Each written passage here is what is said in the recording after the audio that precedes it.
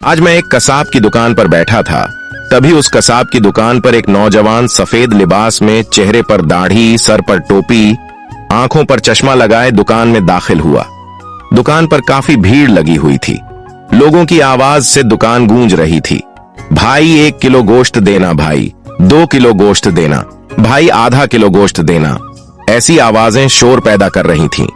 उस दुकान में इन्हीं आवाजों के बीच जैसे ही वो नौजवान दाखिल हुआ, दुकान में कसाई ने सारे ग्राहकों को छोड़कर उस नौजवान से पूछा, क्या चाहिए भाई आपको?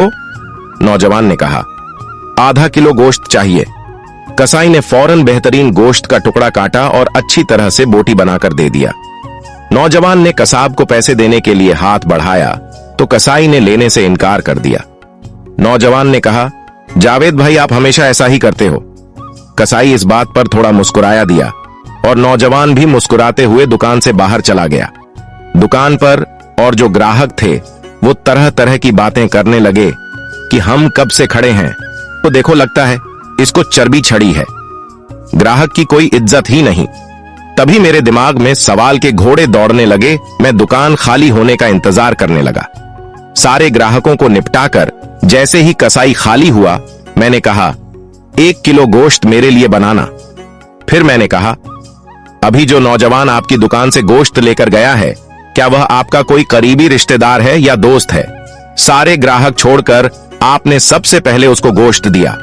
कसाई मुस्कुराया और बोला, जी नहीं, मैं बहुत अचंभे में पड़ गया।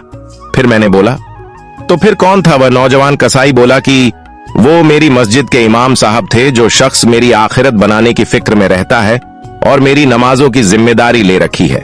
मेरे बच्चों को कुरान और हदीस का दर्स देता है। क्या मैं दुनिया में उसके साथ अच्छा सलूक न करूं? मैंने कहा, ओह हा, अच्छा, मगर तुमने पैसे क्यों नहीं लिए? कसाई फिर मुस्कुराया और बोला, क्या तुम्हें नहीं पता मस्जिदों के इमामों को क्या दिया जाता है? कितनी तनख्वाह, सैलरी है उनकी?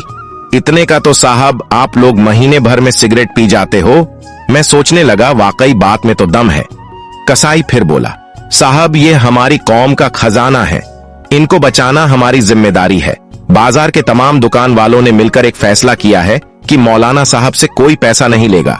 सिर्फ मैं ही नहीं, ये बाल दाढ़ी की दुकान वाला नाई, राशन की दुकान वाला वह टेलर मास्टर, ये डॉक्टर साहब, वह मेडिकल वाला, दूध वाला, सब्जी वाला, कोई उनसे पैसे नहीं लेता भाई। इतना तो हम कर ही सकते हैं। और फिर मुस्कुराकर कहने लगा, साहब आधा किलो गोश्त के बदले जन्नत मुनाफे का सौदा है। ये लो जी, आपके गोश्त की थैली। उसने कहा और मैंने पैसा कसाई की तरफ बढ़ाया और कहा, पर भाई मैं तो नौकरी करता हूं, काश मैं भी इस तरह का कोई बिजनेस करता। कसाई ने कहा, बहुत आसान है, सामने वाली दुकान में मौलाना साहब ने अपनी साइकिल बनाने के लिए दिया है। सबक दोस्तों, इस स्टोरी से आपको क्या समझ आया कि हमारी मस्जिदों के इमाम साहब या मुअज्जिन साहब की तनख्वाह, सैलरी बहुत कम होती है। अक्सर देखा और सुना गया है कि कहीं कहीं पर इमाम साहब की इतनी कम तनख्वाह, सैलरी होती है कि उन अल्लाह के बंदों को अपने बच्चों का पेट पालना भी मुश्किल हो जाता है। तो दोस्तों, हम सबको चाहिए कि हमसे जितना हो सके हम उनकी मदद करें, अल्लाह की रजा के लिए। आखिरकार वो भी तो हमारी मदद करते हैं, हमसे आखिरत की तैयारी करवाते हैं, हमें नमाज पढ़ाते हैं। इसलिए हमारा भी ये फर्ज बनता है कि हम अल्लाह के